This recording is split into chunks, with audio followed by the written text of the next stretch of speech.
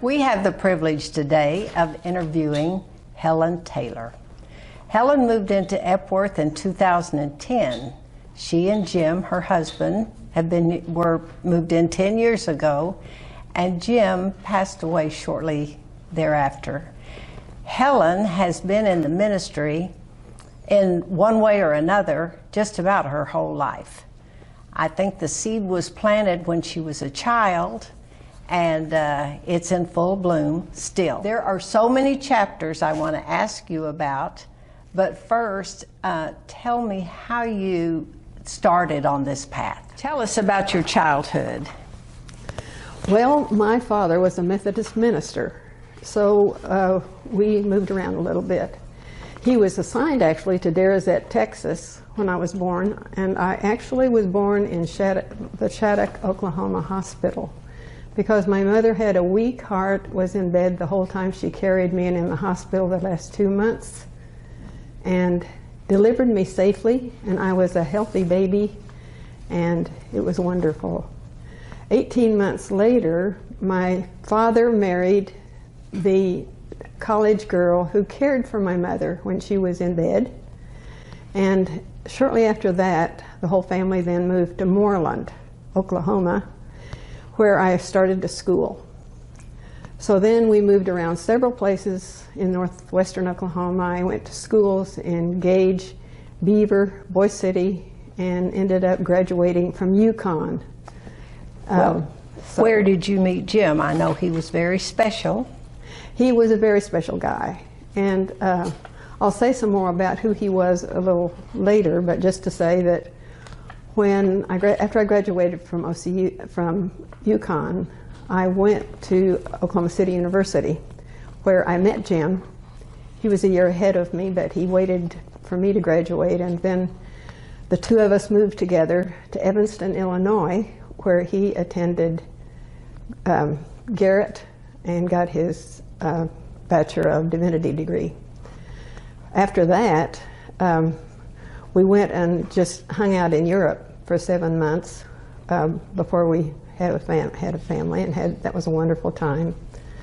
And then while he was there, he had applied to graduate school, and he chose Yale, so we went straight to New Haven from Europe, and he went to school. And Janet was born. And actually, for 9 months at the end of the time he was at Yale, we were in upstate New York, where he taught at Colgate, waiting for his job to open. And there's where our daughter Janet was born. And then when we moved, OCU was his dream job. We moved back to Oklahoma City in 1965 and lived in Oklahoma City, and I was pretty much a full-time mom. Well, tell us about that. 1989. Tell us about your family. Well, like Jim really was a remarkable person. He was a poet, a professor, a minister, a humorist, loved folk music and all that. And his main claim to fame was that he drew pigs that were people, and they were quite stunning. And actually, he got 3 editions of a pig history of philosophy and religion. We had three children. Janet, who married into married into a family that was Greek and Jewish, Black, Japanese, and Mormon. Covered. Kind of covered all the bases.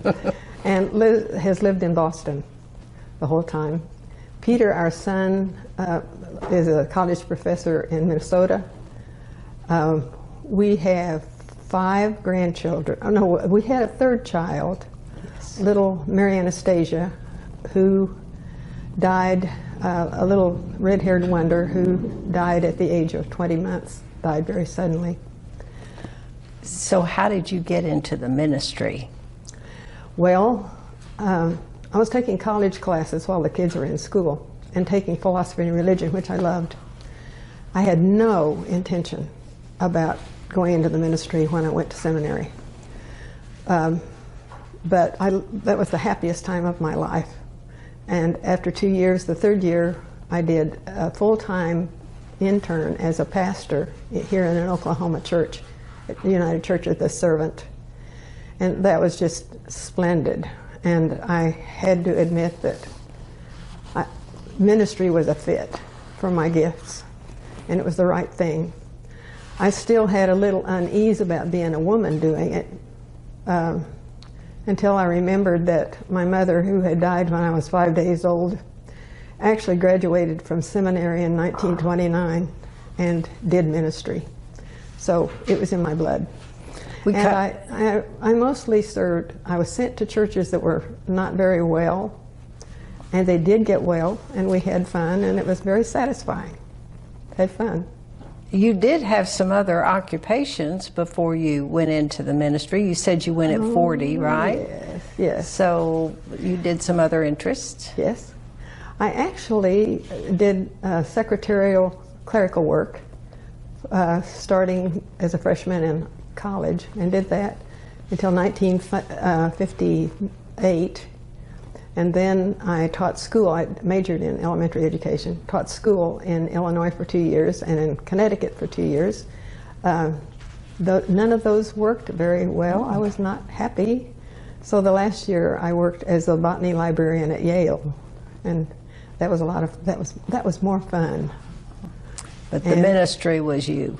Yes. Yes. Well, tell me some of the honors that you've received in that work. Okay.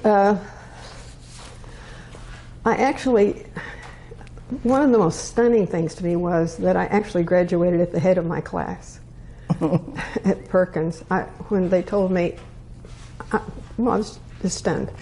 Anyway, graduation, all of SMU would file into the Coliseum.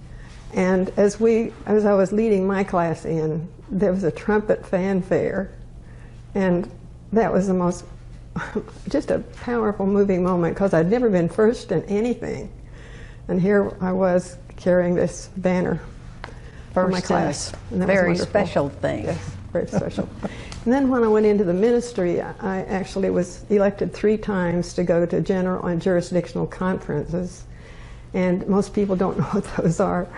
That the Methodist Church is actually a world church, and both of those gatherings were world gatherings from people all over the world, and they were the equivalent of our Congress. We made all the rules for the Methodist Church and elected the bishops, and so that was a really. And then because I was doing that, I also was put on the a board, one of the national boards that was in Washington, D.C. The Methodist Church and an insurance company are the only 2 entities that have property on Capitol Hill, and that was where we met. And so that was a lot of fun too. I learned a lot. Honorary doctorate, right? Oh yeah, I did. I did get an honorary doctorate too from OCU, and that was quite a surprise. I wasn't sure what that was all about, but we can still call you Helen. Well, I was going to say I just have not ever done a whole lot with titles. Yes, I'd always been Helen in all my churches. Well, what are some of your hobbies and interests now? Well, I'm trying really hard to kind of learn to be quiet. And also, I want to be healthy, so I work at that. And the family is very important. I also love to play ping pong. And also play bridge and cribbage and duali, which is whatever that is. Whatever that is. That's a fun game. And anyway, and I spend time out in nature as much as possible. Right. Thank you, Helen, for sharing with us today. It's been a privilege. I learned a lot, and I loved it. Thanks.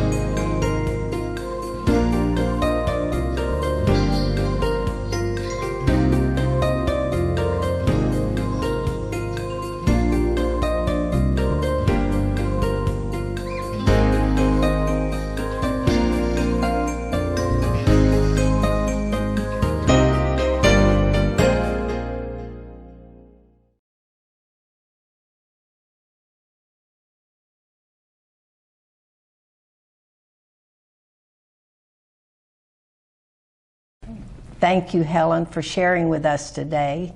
I have learned a lot about you. Some of it was good. No, it was all good.